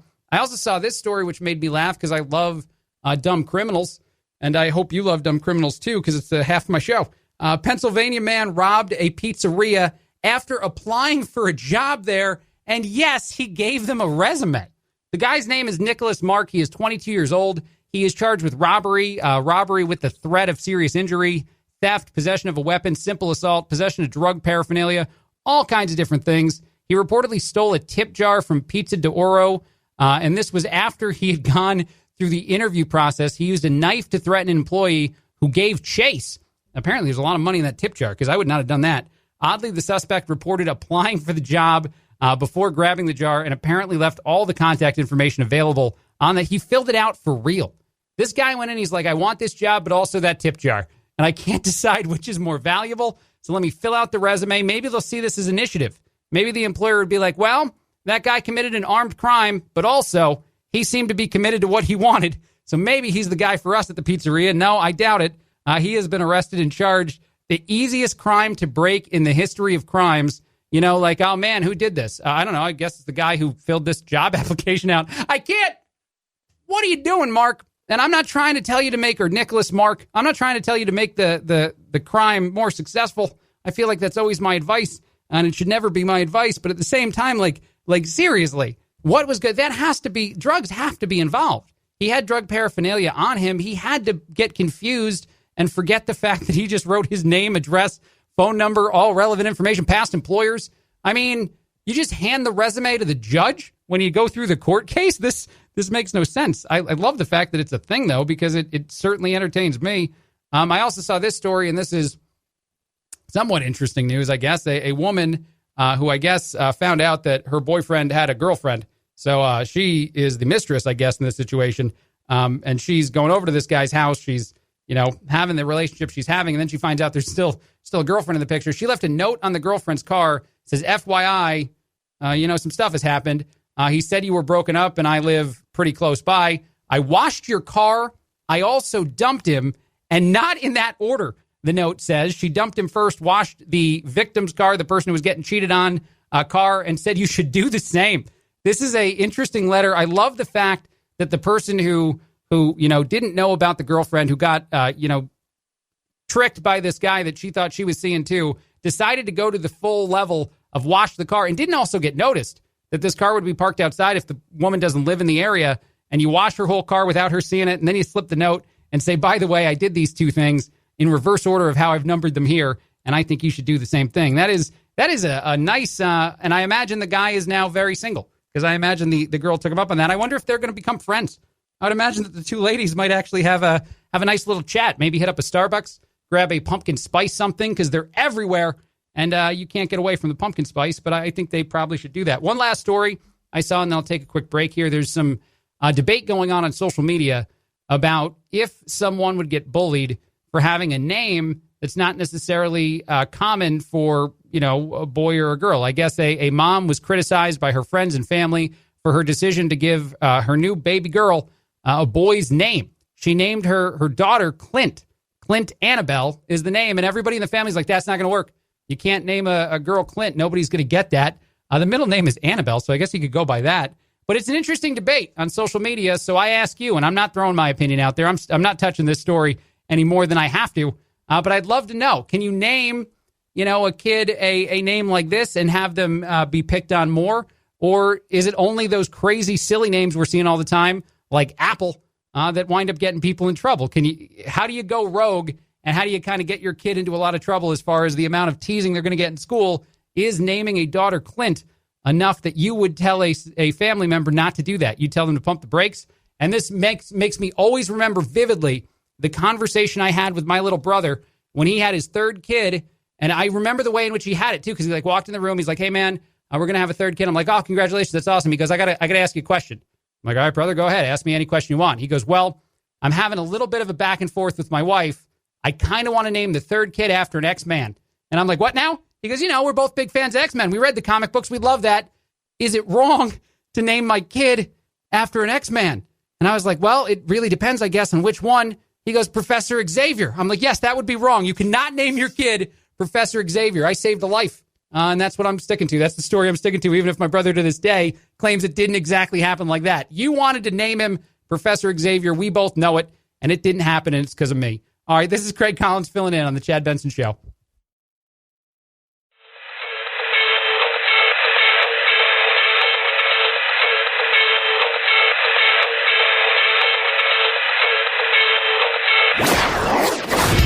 Don't let the Washington Beltway strangle you. This is where the exhausted majority comes to refuel, realign, and reevaluate. This is Chad Benson. This is the Chad Benson Show. My name is Craig Collins filling in. I want to congratulate Patrick Mahomes. He's got a Super Bowl ring, and his girlfriend has a ring of her own. He proposed recently. That's a nice life to be a Patrick Mahomes. You're super talented as a quarterback in the NFL. You've won a Super Bowl, and now your longtime girlfriend, Brittany Matthews, is getting a rock of her own. I don't know if that was part of it, though. You wonder for a second, if you've been dating somebody a long time, if you're an athlete, and say it's been years, like it seems to be in this relationship, and then you start chatting about how you're going to go to the Super Bowl ceremony, and they're going to put a ring on your finger. And the girlfriend starts looking at you like, huh? They're going to do what? Where's the ring going to go? It's going to go on your finger? I wonder if that adds any sort of pressure.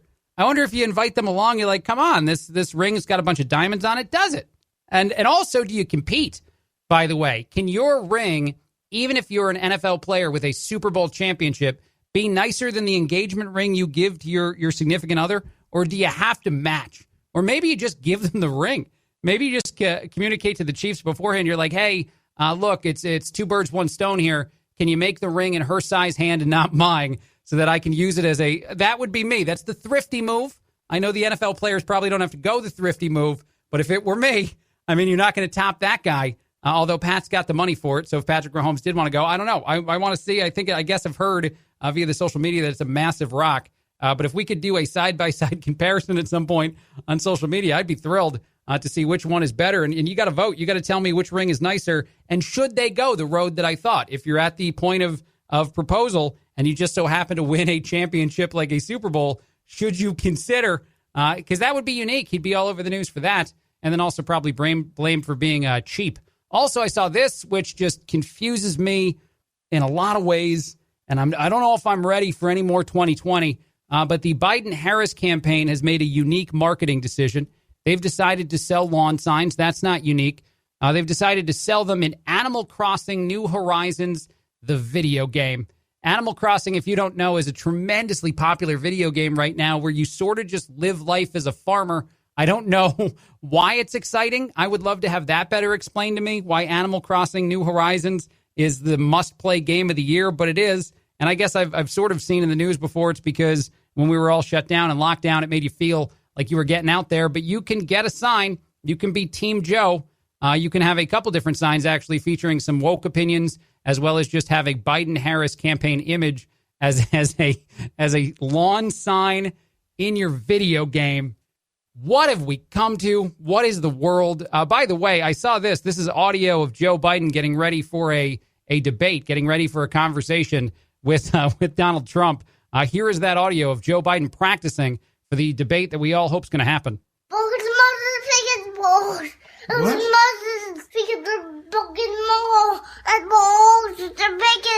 I don't know what you're saying. Okay, no, that's not Joe Biden. I lied. That is an adorable baby that's gone viral on the internet for doing baby talk and getting just so frustrated. You might have to see the video to see the facial reactions too, but so frustrated that he's trying to convey a message or maybe win an argument with Pop, and the dad doesn't pick it up, and he's going after it. I would love to have one of these interactions because this is just adorable, and it's gone viral for all the right reasons on social media. But I do wonder if maybe this kid can coach Joe to help him be a better debater. That's me. I'm making a mean joke. Look at me. And I will feel bad if someday we actually find out that Joe was ill this whole time, which would be somewhat shocking. Also in the news, caught I guess, on camera House Speaker Nancy Pelosi. Not just trying to take side swipes, not even all that well at a presidential candidate. Gisele Bündchen is in the news. Apparently, she went off on Robert Kraft about how Bill Belichick had mistreated Tom Brady during the time in which Tommy played for the Pats. This is a very interesting thing. It's in a new book called The Dynasty. Gisele Bündchen has talked all about how owner of the Patriots, Robert Kraft, did not come to the defense of Tom Brady while he was being mistreated. This was back in 2017. She said it was ridiculous that after all these years, Bill Belichick will still treat Tom Brady like, and I can't say all the words, something Johnny Foxborough. Foxborough is the place where the Patriots play, by the way, if you don't know that. She argued that Bill never voiced his approval, not once, and that he would constantly dress down the most accomplished quarterback in the league. And her husband, Tom, was actually there at a time which was even more awesome. They were meeting with Kraft when Belichick, banned Tom's personal trainer from the sideline and the team plane, and Gisele just yelled at him there. So Tommy's standing around. I don't know if that's a good look, and I'm not judging relationships. They are what they are. But you're Tom Brady, as experienced and as well regarded of a quarterback as you are. Your coach is telling you your personal trainer can't be on the team plane, and your supermodel wife is screaming at the coach, and you're, I assume, just standing there like, well, this is a thing. This is all happening right now. I hope it ends soon. And apparently that's just part of what their life was behind the scenes, if you believe the book, which I don't think I have any reason not to believe. Kraft wasn't surprised by the feelings toward Bill. He was surprised to hear that they wanted to leave New England, though. Apparently, Robert Kraft did not expect Tom Brady to ever leave, which he has obviously done. He decided to stay for 2 more years in 2018 and 19 after the drama got as big as it did. But now, after the winning of the Super Bowl in 2018, of course, Tom decided to pack up and go. I mean, if you can't give praise to a Tom Brady as a coach, and I like Bill Belichick, I like those kind of people, but if you can't say attaboy every once in a while to someone of Tom's level of accomplishment, and you got to let Gisele Bündchen just go after you every so often, that is kind of a problem. I do think that everybody deserves an attaboy every so often, and certainly one of the most historically great quarterbacks in the history of the NFL is probably on the top of those lists. But I would love to have been a fly on the wall for that argument that took place when Bill's saying no to things and Tom's sort of accepting it, and then Gisele's like, no, I've had enough. This is the end of all this for me. And then Robert Kraft is like, it's just a day in our life. That should have been a reality TV show. If only it had been a reality TV show, that would have been great. All right, I am thrilled to be here with you always. My name is Craig Collins, filling in on the Chad Benson Show. There's always a lot of fun to be had. Chad is back, though, for anyone worried after you've heard me a few days in a row in this program. He is back next week. He just had a well-deserved vacation because the news of the day is crazy. And every time that the news of the day gets way too crazy, we need to find a way out of it. And so I don't at all, think that it makes any sense to have to be here all the time. And Chad, well-deserved vacation. So he's out there. He's going to be back after the holiday. I am with you for the rest of this week and thrilled to be here. And I have to check in to see if it's okay with Gisele Bündchen Because I don't know. Man, I love so many things about this story. Plus the name Johnny Foxborough. In all honesty, if you ever want to insult somebody, that should be the new insult of the year. Just call him Johnny Foxborough and see how they take it. And don't explain it. That's the other thing. Maybe call me that on our social media page. This Johnny Foxborough, Craig Collins guy is filling in on the show, and it's not always going great. And I'll know what you mean. I'll know that that's said with love, the way that probably Giselle meant it too. All right. Talk to you later.